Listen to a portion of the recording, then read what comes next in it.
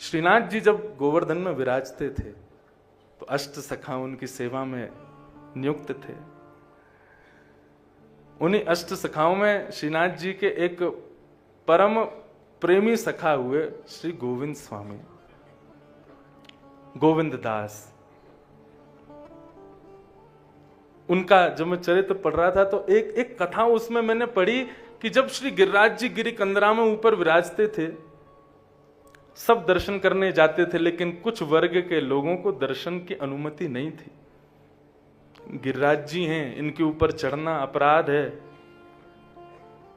तो वहीं एक कन्हैया नाम का एक झाड़ू लगाने वाला गिरिराज जी में रहता था, लेकिन श्री जी का इतना बड़ा भक्त था, श्रीनाथ जी के स्वरूप का इतना बड़ा प्रेमी था कि वो उस मार्ग पर बैठता था जहां से दर्शनार्थी उतर के आते थे, और मार्ग पे अपनी झाड़ू अपने ऐसे थोड़ी से लगा के बैठा रहता और उन लोगों से पूछता, आज श्री जी को श्रृंगार कैसा है? बोले, आज श्री जी ने मुकुट पहनो है, आज श्री जी के मोती की लटकन है, आज गले में ऐसी माला धारण करी है, आज ऐसो बाजूबंद है, आज ऐसो पिछोड़ा धारण कियो है, आज ऐसो स्वरूप है, आज ऐसे मुस्कुरा रहे हैं। ऐसे ऐसे सब भाव सुनता और अपने हृदय में ही श्री जी का स्वरूप बना लेता, और फिर उस स्वरूप को ब्रजरज में एक छोटे से तिनके से लेकर के बनाने का प्रयास करता और किसी दर्शनार्थी को दिखाता। नहीं, देख के बताइयो लाल जी ऐसे ही दिख रहे हैं आज? बोले, हाँ बिल्कुल ऐसे ही दिख रहे हैं। तब उनका दर्शन करके अपने हृदय को शांति पहुंचाता। लेकिन नाथ कैसे छोड़ते ऐसे भक्त को? एक दिन जब गोसाई जी राजभोग करा करके ठाकुर जी को पढ़ा करके मंदिर को अनोसर करके गिरिराज पर्वत से उतरे, सब चले गए, तब वो वहीं बैठा बैठा चिंतन कर रहा है, आज श्री जी कैसे हैं? बोले, आज ठाकुर जी ने फिरोजी श्रृंगार धारण किया है, आज ठाकुर जी ने ऐसी कछनी पहनी है, आज ठाकुर जी ने ऐसा पाग पहनो है। दर्शनार्थी बता रहे। ये सब चिंतन ही कर रहा था, तभी श्रीनाथ जी अपने मंदिर से निकल करके बाहर आ गए और ऊपर गिरी कंदरा पे घूम रहे हैं, और घूमते घूमते कह रहे हैं, अरे कोई आइयो, अरे नेक मेरे पाम में कांटो लग गयो, या को कोई निकारियो, मुझ को बहुत कष्ट है रहे हो, अरे मेरे कष्ट को कोई दूर तो करो। उसने जैसे ही स्वर सुना, स्वर सुनकर के जब गिरिराज पर्वत के ऊपर देखा, फिरोजी श्रृंगार धारण किए, सिर पर टेढ़ी सी पाग धरे, लटकन को हिलाते भये, सांवरो सलोनो एक बालक विरह से कातर है करके घूम रहे है। अरे लाला, कहां भयो? तू कौन है? तू को कहां भयो? बोले, मैं परिचय मत पूछे, जल्दी आ, मेरे पाम में कांटो लगो, बाकू निकार पहले। अरे मैं ऊपर ना आ सकूं, गुसाई जी गुस्सा आ जाएंगे, मुंह को निषेध है ऊपर चढ़नो।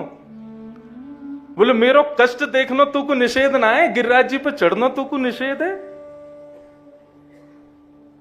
मैं चढ़ जाऊं तू गिरिराज जी ते, तू गुसाई जी ते शिकायत मत करियो मेरी। बोले, मैं ना कहूंगा, जल्दी आ। ज्यों ज्यों गिरिराज जी के ऊपर चढ़ रहा है, त्यों त्यों उसका मन रूपी मयूर, उसका एक एक रोंग प्रफुल्लित हो रहा है। ठाकुर जी का स्वरूप जब सन्मुख आया, वो कटाक्ष नेत्र बरहा पीडम नटवर वपुः कर्णयो कर्णकारम विव्रत वासः कनक कपिसम वै जयंतीम चमालाम। जब वो स्वरूप देखा, आप श्रीनाथ जी हो, आप गोवर्धन नाथ हो? बोले, मैं अपना परिचय बाद में दूंगा, पहले मेरे कांटो निकार ले, मेरे चरणन को हाथ में पकड़, और हाथ में पकड़ करके देख, कांटो धूड़ और वाकू निकार। जैसे ही चरण हाथ में लिए हैं, रोएं खड़े होने लगे, नेत्रों से अश्रुधार बहने लगी। अपने हस्त कमल से ठाकुर जी के चरण कमल के उस कांटे को खोज रहा है, कहां लगाए लाल जी को। लाल जी, ये हाथन से तो निकलेगो ना? बोले, हाथन से ना निकलेगो, मेरे चरणन को उठा, अपने मुख के पास ला, अपने दांतन से निकार। इतनी कृपा। ठाकुर जी दोनों वरद हस्त उसके सिर पर रख करके खड़े हैं, मुख से ठाकुर जी के चरण के कांटे को निकाल रहा है। ठाकुर जी ने हृदय से लगायो कन्हैया को। बोले तू मुझको जितनो याद करे वासे ज्यादा मैं तू को याद करूं। आज चल दोनों खेलवे चलेंगे। कहां चलोगे लाल जी? बोले आज गोविंदा ने अपनी कदम खंडी में दाल बाटी बनाई है, वहीं पावे चलने चल। कन्हैया बोलो आपको लेकर के जाऊंगा, गोविंद स्वामी बहुत मारेगा मुझको आपके गिरिराज पर्वत पर चढ़वे को अधिकार नहीं, आपको संग लेके जाऊंगा गोविंद स्वामी काके को। बोले तू थोड़ी दूर ही मुझको उतार दियो, वहां तक मुझको संग ले चल। कैसे चलोगे नाथ? बोले तू अपनी पद्दी पे मुझको बिठा ले। ठाकुर जी उस कन्हैया के पीछे कमर पे लद गए और पीछे लद करके गोविंद स्वामी की कदम खंडी जा रहे हैं। जैसे कदम खंडी समीप आई, ठाकुर जी बोले सुन यहीं रुक जा, तू यहीं खड़ो है जा वृक्ष के पीछे, मैं दाल बाटी आरोग के आऊंगा, तेरे काजे लेके आऊंगा। बंधुओं ये सब लीलाएं ये साधारण नहीं, ये अभी ज्यादा से ज्यादा 500 वर्ष पुरानी लीला है हमारे ब्रज की, ठाकुर जी की अभी की लीलाएं हैं। ठाकुर जी ने कन्हैया को खड़ो कर दिया और स्वयं गए गोविंद स्वामी के पास गए। अरे गोविंदा चल मैं आ गया हूं, अम्मो को दाल बाटी पवा। गोविंद स्वामी ने सुंदर थाल लगाई, दाल बाटी ठाकुर जी को दी। अब गोविंद स्वामी तो बाटी बना रहे हैं, ठाकुर जी बाटी ने उठा उठा के अपनी जेब में धरते जा रहे हैं। अरे गोविंदा खत्म है कि जल्दी ला। गोविंदा और दे तो जाए। बोले लाल जी प्रेम से पाओ, आपको सुख मिल रहा हो। बोले बहुत स्वाद बनी है और दे तो ही जा तू तो। और ठाकुर जी उठा उठा के अपनी जेब में धरते जाए। बोले कन्हैया खड़ो है बाकू देनी है। खूब आरोग लिए। आरोग हुए के बाद में ठाकुर जी बोले अब मैं चलूं, अब मैं जाऊं। बोले हाँ लाल जी पहुंचो, फिर मैं भी आ रहा हूं कीर्तन सुनावे। जैसे ही ठाकुर जी खड़े भये सो ठाकुर जी की पीतांबरी फूल गई पूरी। लाला जे कहा भयो, तुम आए का तब तो पीतांबरी नेक्सी सी, अब तो बड़ी फूली फूली लग रही है, ज्यादा खाली होगा ना, मैं चलूं अब बाद में। वो ना रुको रुको रुको। जैसे ही पीतांबरी पकड़ी, ठाकुर जी की गोजा में हाथ डारो, सुबह में से बाटी निकली। कौन के काजे लेके जा रहे हो? कोई के काजे ना। कौन आयो संग में मुझको बताओ। गोविंद स्वामी ने जैसे ही देखी तो दूर पेड़ के पास में खड़ा था कन्हैया, वो झाड़ू लगावे वारो। ये कैसे देख रहे हो तुम्हें, ये संग आयो तुम्हारे? ठाकुर जी बोले ना ना तो वो मेरे संग ना आयो, वो ना मुझको सच्ची सच्ची बताओ, नहीं तो गुसाई जी से शिकायत कर दूंगा। ठाकुर जी को हाथ पकड़ करके गोविंद स्वामी लेके गए कन्हैया से। बोले क्यों रे कन्हैया, लाला तेरे संग आयो। अब तो कन्हैया घबरावे। गोविंद स्वामी बोलो मुझको क्षमा कर दो, मैं आप कहोगे जहां कहोगे वहां चलो जाऊंगा, आज के बाद कभी दिखूंगा नहीं, लेकिन मुझसे अपराध है कि मैं लाल जी को लेके आयो। गोविंद स्वामी एक भाव से तो मन में ये भाव रख रहे हैं कि हे नाथ आप कितने कृपालु। वहां गुसाई जी कहते हैं कि भाई 4 बार हाथ धो, ठाकुर जी को छूने से पहले भोजन सकरी भोग बनाओ, ऐसो भोग बनाओ, इतनी शुद्धता पवित्रता को ध्यान धरें, और आप या कन्हैया के संग में किलोल कर रहे हो, आनंद कर रहे हो। तब गोविंद स्वामी ने एक पद गाया, प्रीतम प्रीत ही सौंपे, प्रीतम प्रीत ही सौंपे, प्रीतम प्रीत ही सौंपे, प्रीतम प्रीत ही सौंपे है, प्रीतम प्रीत ही सौंपे है, प्रीतम प्रीत ही सौंपे है, प्रीतम प्रीत ही सौंपे। गोविंद स्वामी कह रहे हैं ये नारायण कैसे मिलेंगे, जो निमि का प्रश्न है, बोले प्रीत से मिलेंगे, प्रेम से मिलेंगे, आदि किसी आपके नियम से नहीं मिलेंगे। श्री प्रहलाद जी महाराज भागवत में कहते हैं न दानम न तपोनिज्य न शौच्यम न व्रतानि च प्रियते मलया भक्त्या हरिरन्यत विडंबनम। न दान से मिलेंगे, न तप से मिलेंगे, न व्रत से मिलेंगे, न पवित्रता से मिलेंगे। नाथ मिलेंगे तो केवल और केवल प्रेम, अमल भक्ति, निर्मल भक्ति से मिलेंगे। ओ प्रीतम प्रीत ही सो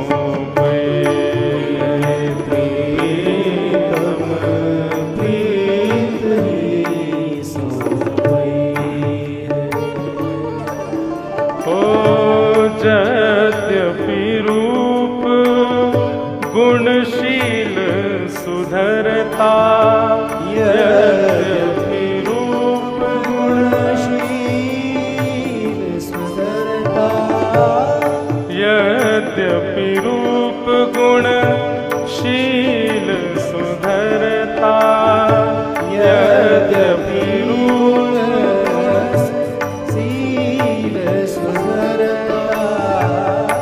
इन बातन नारी झइए प्रियतम, इन बातन नारी झइए,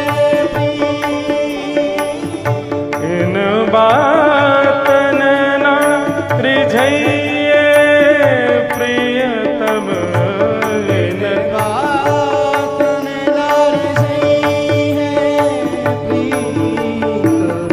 प्रीत सो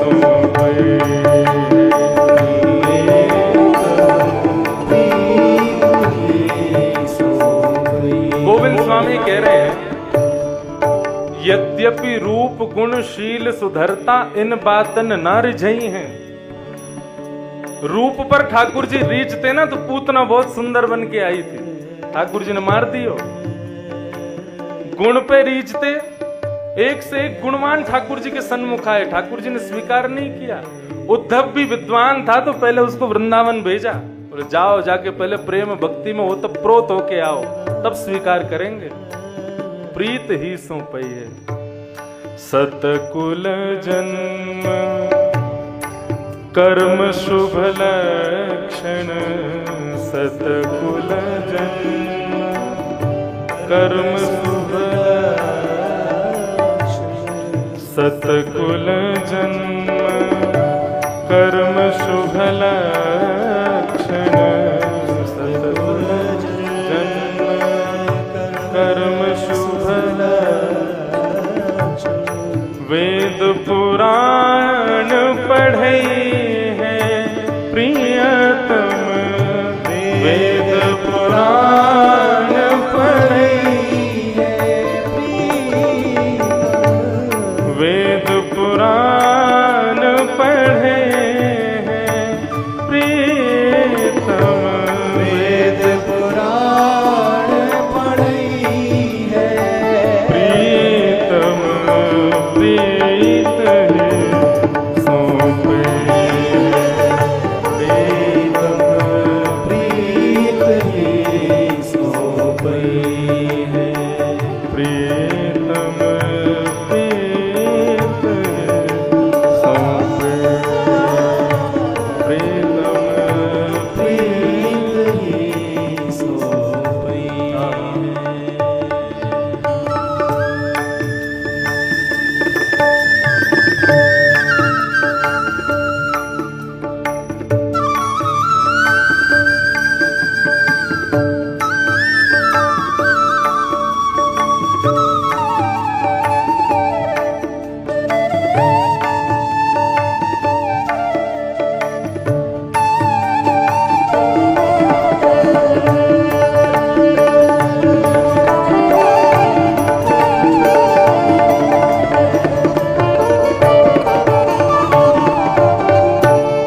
गोविंद प्रभु स्नेह सुवालो, गोविंद स्नेह सुवालो, गोविंद प्रभु स्नेह सुवालो, गोविंद प्रभु स्नेह सुवालो, कहा जो नचे हैं प्रियतम, रसना कहा जो नचे हैं, रसना कहा जो नचे प्रियतम, रसना कहा जो नचे। गोविंद प्रभु कह रहे हैं सतकुल जन्म रूप गुण लक्षण इन सब से ठाकुर जी कभी नहीं रीझेंगे, लेकिन तुम्हारे भीतर यदि प्रेम है, प्रेमा भक्ति है, तो रसना कहा जो नचई हैं। वो पर ब्रह्म छचिया भरी छाछ पे नाच नचायो। हमारी ब्रज की गोपी जब लाला कन्हैया निकले काहे गली में है के, तो ब्रज की गोपी जबरदस्ती माखन दिखावे, कन्हैया देख आज मैंने दोहरी गैया को माखन निकालो है, लाला के मुंह को खवाए दो। बोले बाद में मिलेगो। बोले कहा, बोले पहले नाच के दिखा। पर ब्रह्म वन एक से माखन को खावे के काजे नाच में लग जाए। क्यों? गोपी के पास क्या है? क्या वो बहुत विद्वान है? क्या वो बहुत बड़ी बैरागनी है? क्या उसके पास में कुछ ज्यादा ही शास्त्रों का अवलोकन उसने किया? नहीं, केवल प्रेमा भक्ति। रसना कहा जो नचे हैं प्रियतम, रसना कहा जो नचे हैं प्रियतम, प्रीत सोवे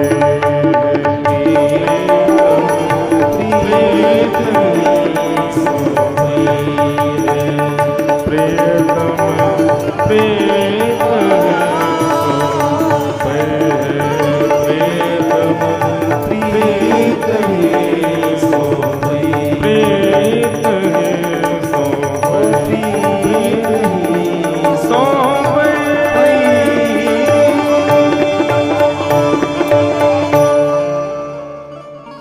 प्रियतम प्रीत ही सौंपई है। उनको प्रीत प्रिय है, प्रेम प्रिय है, वही उत्तर दे रहे हैं यहां पर योगेश्वर पिप्पलायन। उस पर ब्रह्म को, उस नारायण को, बापू आप आ रहे थे उससे पहले एक भाव कह रहा था मैं, नारद जी से पूछा तुमने ब्रह्म को देखा?